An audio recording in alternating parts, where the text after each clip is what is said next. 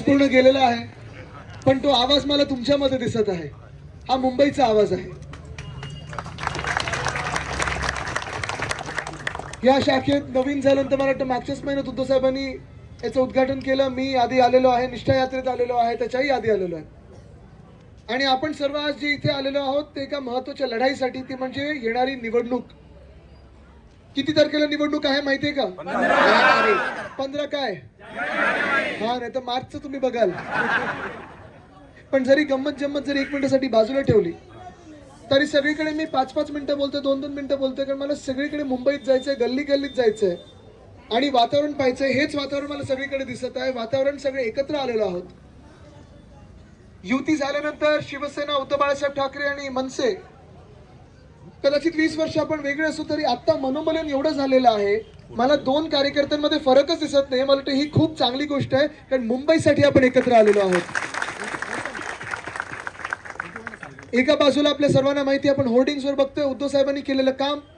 25 वर्षात जे आपण करून दाखवलं ते अभिमानाने दाखवलेलं आहे. पुढच्या 5 वर्षात जे आपल्याला करायचं, जे मी आणि अमित सांगत आहोत सगळीकडे, ते देखील दिसत आहे. आणि दुसरे होर्डिंग्स भाजपचे दिसत आहेत, जिथे 2 चेहरे दिसत आहेत. 2 चेहऱ्यांचं योगदान काय महाराष्ट्राला? असं कसं बोलता?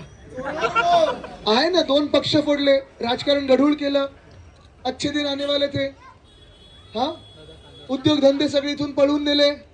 हे सगळं योगदान तर आहे.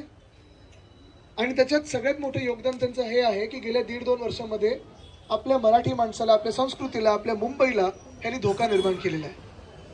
आज आपण पाहतोय जो लढा मागच्या वर्षी देखील आपण दिला आणि जो माझ्याकडे पण लढा चालू आहे, कारण इकडे जसं आपला कोळीवाडा आहे तसं वरळीमध्ये पण कोळीवाडा आहे. आणि फेकनाथ मिंदेंनी जे हाऊसिंग पॉलिसी आणत होते मुंबईसाठी, त्याच्यात कोळीवाड्याला क्लस्टरमध्ये आणणार होते. क्लस्टर म्हणजे कोळीवाड्यात SRA आणणार. मान्य आहे तुम्हाला? आपण एकरांवर पसरलेलो आहोत, आपण स्क्वेअर फूट मध्ये मोजायला देणार आपल्याला. मान्य आहे तुम्हाला? दुसरं माईक नका चालू करू. हे तुम्ही विचार करून मतदान केलं पाहिजे. आत्ताच मी विचारत होतो इथे कोण समोर आहे वगैरे, इथे व्यक्ती बघायची नाही, समोर कोण आहे, बाजूला कोण आहे, आसपास कोण आहे. तुमचं मत हे मुंबईसाठी आलं पाहिजे, तुमचं मत आपल्या महाराष्ट्रासाठी आलं पाहिजे. जसं आज मी तुम्हाला विचारलं की तारीख कुठची मतदानाची, तुम्ही पटकन सांगितलं 15. आता पुढचा प्रश्न विचारतो, जे तुम्हाला मत मुंबईसाठी द्यायचंय त्या मुंबईच्या मतदानासाठी चिन्ह कुठचं आहे तुमचं? जर महाराष्ट्रासाठी मतदान करायचं असेल तुम्हाला तर तुमचं चिन्ह कुठचं? जर तुम्हाला 700 स्क्वेअर फुटापर्यंत प्रॉपर्टी टॅक्स रद्द करून घ्यायचं असेल तर तुमचं मत कोणाला आहे? जर तुम्हाला 100 युनिट पर्यंत वीज मोफत करून पाहिजे असेल तर तुमचं मत कोणाला आहे? जर तुम्हाला आपले पोलीस कर्मचारी असतील, आपले BMCचे कर्मचारी असतील, महानगरपालिकेचे आपण बोलतो किंवा BSTचे कर्मचारी असतील, ह्यांना घरं परवडणारी निर्माण करून द्यायची असतील आपल्या BMCच्या प्लॉटवर, तर तुम्ही कोणाला मतदान करणार?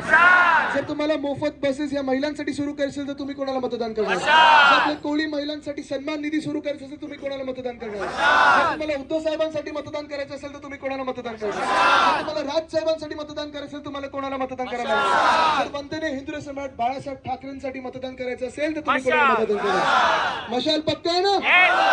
इथून पुढे निघाल्यानंतर मी पुन्हा एकदा विचारतो, मतदान कोणाला? रात्री उठून झोपेत विचारलं तर मतदान कोणाला? उद्या सकाळी मतदारांनी विचारलं तर मतदान कोणाला? 15 तारखेला मतदान कोणाला? मुंबईसाठी मतदान कोणाला? महाराष्ट्रासाठी मतदान कोणाला? मशाल मशाल मशाल. धन्यवाद. जय हिंद, जय महाराष्ट्र, वंदे मातरम.